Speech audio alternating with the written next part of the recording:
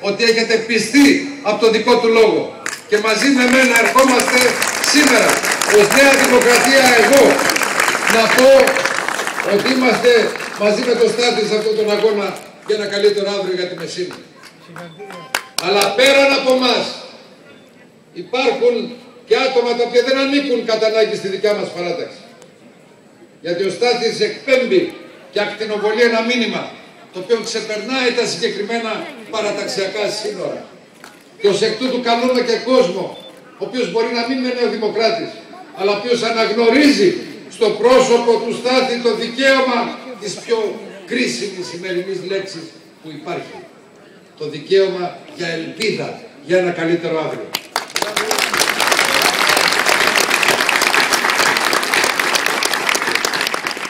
Θέλω να γνωρίζετε ότι γυρνάω όλη την Ελλάδα. Γύρισα από 3-4 μέρες περιοδεία στη Θεσσαλία. Και υπάρχει παντού ο ίδιος ρυθμός. Στα μάτια του κόσμου βλέπεις να αποτυπώνεται η ίδια ανάγκη για μια αλλαγή. Για μια αλλαγή πορείας στον χώρο της οικονομίας. Για ένα δικαίωμα, για ένα διαβατήριο ελπίδας για τα νέα τα παιδιά. Να τους δώσουμε δηλαδή το δικαίωμα να ξέρουν ότι υπάρχει προοπτική για το αύριο. Ότι υπάρχει ένας άλλος δρόμος που να σχετίζεται με το κεντρικό σύνθημα του Στάθη, που είναι η ανάπτυξη. Ότι υπάρχει δηλαδή μια συγκεκριμένη πολιτική η οποία δεν έχει να κάνει με τίποτα. Σε αυτό που σήμερα παρατηρούμε παντού, να κλείνουν μαγαζιά. Να μπαίνεις μέσα και να σου λέει, κύριε Σαμαρά, ούτε σε αυτά δεν έχω κάνει σήμερα, και να είναι απόγευμα.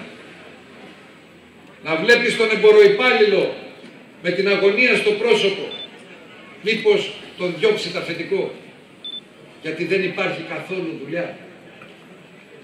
Να βλέπεις να απαξιώνεται το όνειρο του νέου του παιδιού και να αφυπνίζονται μέσα του δεύτερες σκέψεις. Μήπως πρέπει να πάμε αλλού, μήπως πρέπει να πάμε έξω. Υπάρχει ελπίδα και προοπτική για μας εδώ μέσα στον τόπο. Να βλέπετε τη μεσαία τάξη, το μικρομεσαίο, το μικρό τον επιχειρηματία που έβγαλε 10 δραχμές στην πάντα για να κάνει κάποια επιχείρηση και να έρχεται ξαφνικά το κράτος και να του λέει αυτά είναι δικά μου και θα μου δώσει κι άλλα αργότερα και να κάνει μια φοροεπιδρομή, φοροεισπρακτική νοοτροπία το κράτος παντού χωρίς να δίνει κάποια γόνιμη οδό για διέξοδο για να έχει ο άλλος πωλήσεις για να μπορέσει να προχωρήσει τη δουλειά του και να πουλήσει τη γραμμάτια του. Αυτό το βλέπω παντού. Και βλέπω παντού το γέροντο συνταξιούχο, ο οποίος όχι απλά έχει ενοχληθεί, αλλά τα έχει χαμένα με το γεγονός ότι πίστεψε αυτή η κυβέρνηση ότι από αυτόν θα μπορέσει να βγάλει τα σπασμένα, αν είναι δυνατόν να κόβουν τη σύνταξη των 700 ευρώ. Μπήκαμε σε μια εποχή δύσκολη. Αλλά μπήκαμε και σε μια εποχή που μέσα από το δικό μας τον αγώνα μπορούμε σε αυτές τις εκλογές, που είναι κρίσιμες εκλογές, να περάσουμε ένα μήνυμα σε αυτούς οι οποίοι νομίζουν ότι θα πρέπει ο ελληνικός λαός να δεχτεί ότι υπάρχει ένα δίλημμα και μόνο Παπανδρέου ή χρεοκοπία. Θα πρέπει να το πούμε ότι εσύ με αυτή την οικονομική πολιτική οδηγείς τον τόπο σε σίγουρη χρεοκοπία. Και ότι εμείς αντίθετα έχουμε την κρίσιμη λέξη ανάπτυξη στη δικιά μας τη φιλοσοφία, στη δικιά μας την άποψη, στη δικιά μας τη λύση για το οικονομικό αύριο. Βλέπουμε παντού τον αγρότη να έχει την ίδια ανησυχία. Χθες έφυγα από τα βαμβάκια της Μεγάλης Πεδιάδας. Είχε πέσει ένα σκουλίκι, το λένε πράσινο σκουλίκι, και είχε πέσει και βροχή πολύ και είχε πέσει η ποιότητα του προϊόντος. Και δεν μπορούσαν να πουλήσουν και ξέρουν ότι τη στιγμή που παγκοσμίως το βαμβάκι θα πιάσει την πιο ψηλή τιμή, αυτοί δεν θα έχουν να πουλήσουν και θα χάσουν. Και δεν υπάρχει από πάνω τους κάποια άποψη του κράτους να τους πει ότι εμείς θα σας αποζημιώσουμε. Αντίθετα, το μόνο το οποίο θέλουν να πούν είναι ότι οι αποζημιώσεις που δώσαμε εμείς ως Νέα Δημοκρατία, τα 500 εκατομμύρια στους αγρότες, ήταν δήθεν παράνομα και σέρνουν τη χώρα στα δικαστήρια του εξωτερικού, καταδικάζοντας και γελιοποιώντας την ίδια τη δικιά μας τη χώρα, οι ίδιοι δικοί μας οι κυβερνήτες στο εξωτερικό, επειδή ήταν η Νέα Δημοκρατία που είχε δώσει εκείνη την αποζημίωση. Μα αυτό δεν έκανε εξ αρχής ο κύριος Παπανδρέου. Αυτό δεν επιχείρησε εξ αρχής. Από την πρώτη στιγμή που ανέλαβε την κυβέρνηση, όταν μίλησε για την οικονομία και είπε ότι η χώρα αυτή είναι η πιο διεφθαρμένη του κόσμου. Ένας πρωθυπουργός οφείλει τη χώρα του να την τιμά και να την διαφημίζει, όχι να την δυσφημίζει.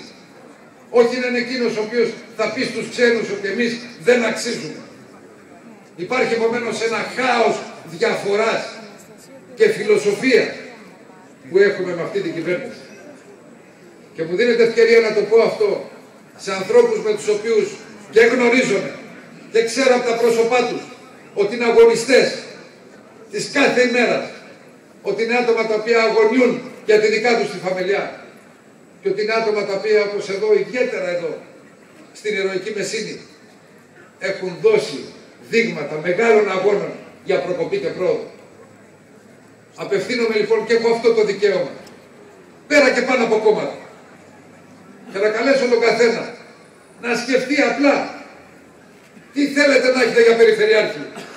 Κάποιον ο οποίος θα απαιτεί ή κάποιον ο οποίος θα επαιτεί ως επέτηση.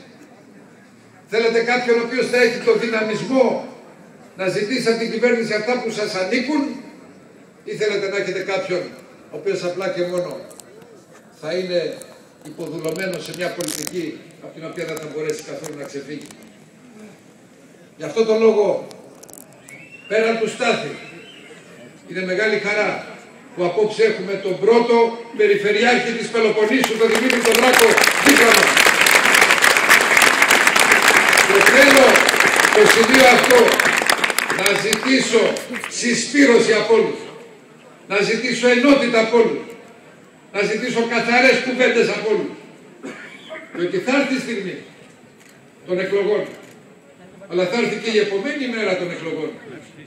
Και αν τότε έχει περάσει το μήνυμα ότι το ΠΑΣΟΚ αισθάνεται ανακουφισμένο από το αποτέλεσμα, τότε να ξέρετε ότι θα ακολουθήσουν χειρότερα μέτρα. Γιατί θα έχουν πάρει το μήνυμα όχι της ανάγκης για αλλαγή, αλλά το χειροκρότημα ότι δήθεν εμείς χειροκροτούμε το δικό τους το έργο και τη δικιά τους την οικονομική πολιτική. Είναι λοιπόν κρίσιμη αυτή τη στιγμή και το ζήτημα της ενότητας υπερέχει, όπως υπερέχει και το ζήτημα του να βάλουμε μακριά